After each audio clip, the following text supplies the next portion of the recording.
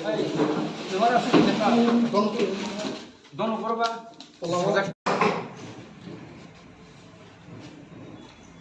এগুলি তো একটা বিষয় সাহেব খুব মানে মনোযোগ দিয়ে সবাইকে প্রথমে TUIPC থেকে ধন্যবাদ জানাচ্ছি। আজকে আমরা প্রেস মিট করতে যাচ্ছি। গত 22 নভেম্বর 2023 দিল্লিতে আমরা AK মিশ্র সাহেব advisor north east India minister of home অ্যাফেয়ার্সের কাছে আমরা ডেপুটেশন দিয়েছিলাম। সেখানে আমাদের TUIPC তথা যারা রিটার্নিস যারা আর্মস সারেন্ডার করে আছে তাদের দাবি দাবা নিয়ে বিশেষত এখানে আমরা যে বিষয়গুলি তুলে ধরেছি সেটা হচ্ছে যে TTF এর যে চুক্তিটা হয়েছিল 1993 সনে, অনেক চুক্তির যে শর্ত ছিল সেগুলি এখনও পূরণ করা হয়নি। সেটা আমরা মেমোরেন্ডামটা উল্লেখ করেছি এবং স্পেশাল কিছু নোট আমরা সেখানে দিয়েছি।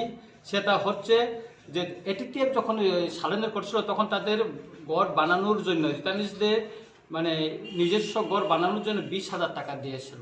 তখনও 20,000 টাকার ভিতরেও 15,000 টাকা পেয়েছে অনেকে, 5,000 টাকা তৎকালীন সরকারের অনেক যারা নেতৃত্ব তারা নিয়েছে, সেই জন্য তারা ঠিকভাবে ঘর বানাইতে পারেনি। বিষয়টা আমরা স্পেশাল নোট দিয়ে আমরা মাননীয় AK মিশ্র সাহেবকে আমরা জানিয়েছি দিল্লিতে এবং উনি খুব এটা নোট নিয়েছেন এবং মেমোরেন্ডামটা উনি মনোযোগ সহকারে খুব করেছেন এবং দেখেছেন।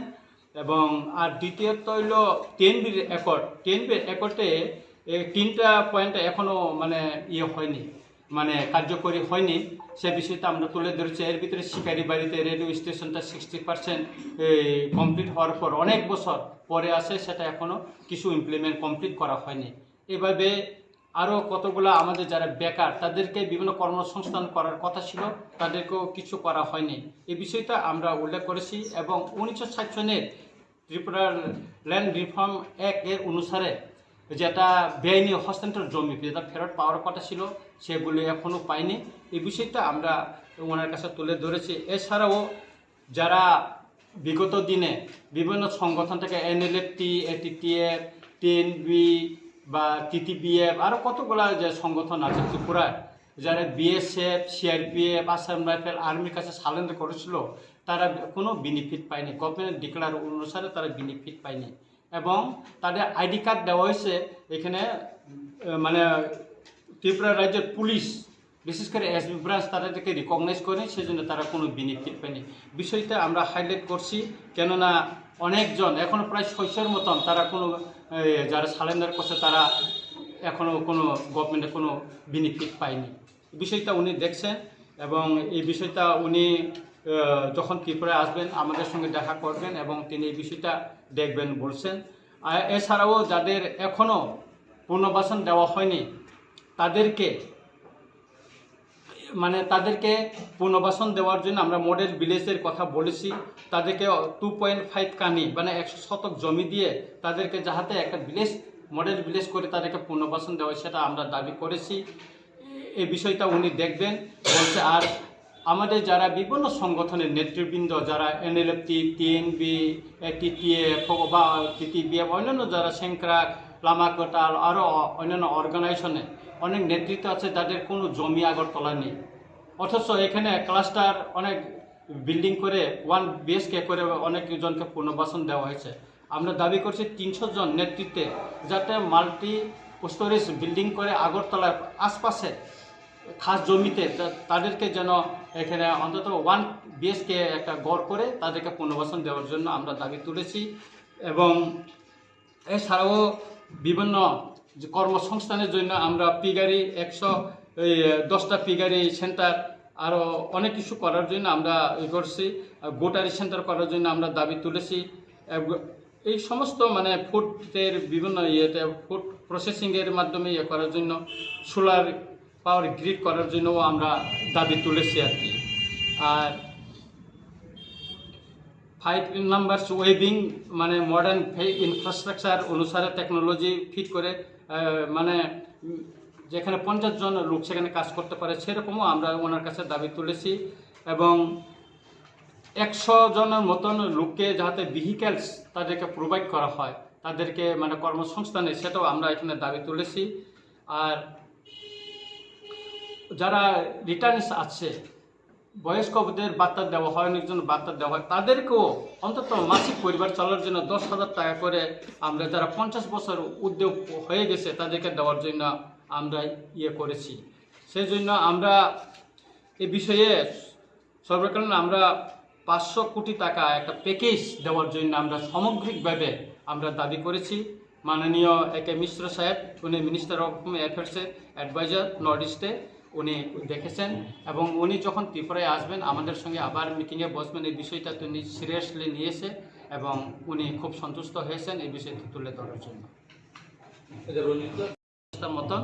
এবং টিউআইপিসিটা 2018 সনে ওইটা আমাদের জন্ম হয়েছে, আমাদের কনস্টিটিউশন আছে, ওইটা আমরা এখনও আছে। আর আমাদের নেতৃবৃন্দ তো এই ভিতরে এখানে আপনি চিনবেন, দনুকলাই উনি NLFটির CS ছিল, চিফ অফ আর্মি স্টাফ ছিল, আশিরাম রিয়াং এটিটিভি ছিলেন, মতিলাল উনি ছিল, আমাদের রাকেশ দেব বর্মা সংগ্রাম উনিও ছিল, আর অন্যের যারা আমাদের এখানে পিছনে আছে ওনারা সবাই বিভিন্ন সংগঠনের নেতৃত্ব। সব মিলিয়ে টোটাল কত মেম্বার কত? এখন আমাদের টোটাল প্রায় 9,000-এর উপর আমাদের লোক আছে, টোটাল 9,000-এর উপর আমাদের আছে। আর সবচেয়ে সমস্যা আমাদের হইল কি, যারা BSF, আসাম রাইফেল, CRPF, আর্মির কাছে যারা সারেন্ডার করছিল ওইগুলি ফোর্সগুলি চলে গেছে।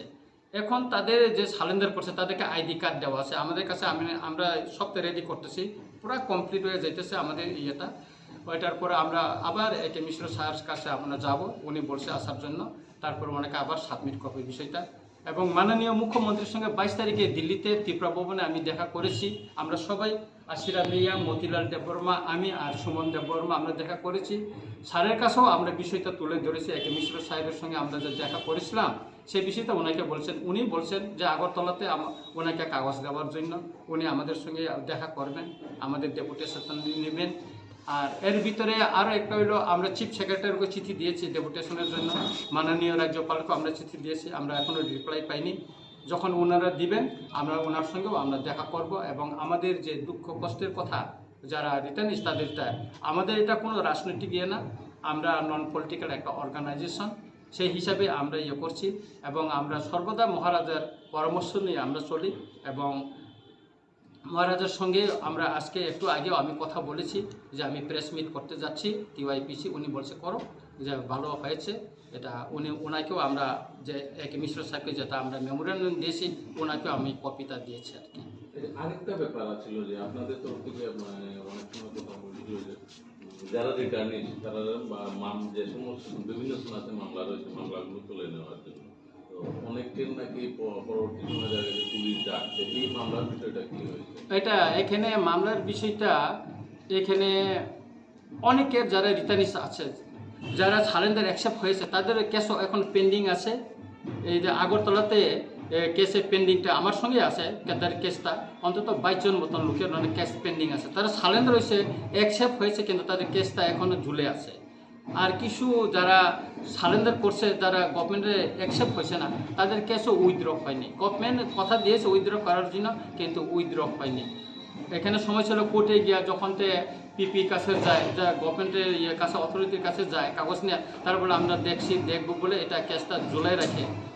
ওইভাবে টাকার জলে একজন সঞ্জিত দেববর্মা আছে, উনি সারেন্ডার করছে NLFটি থেকে, তারপরে ওনার কেসটা উইথড্র হইল না, উনি বর্তমানে জেলে আছে, সেন্ট্রাল জেলে।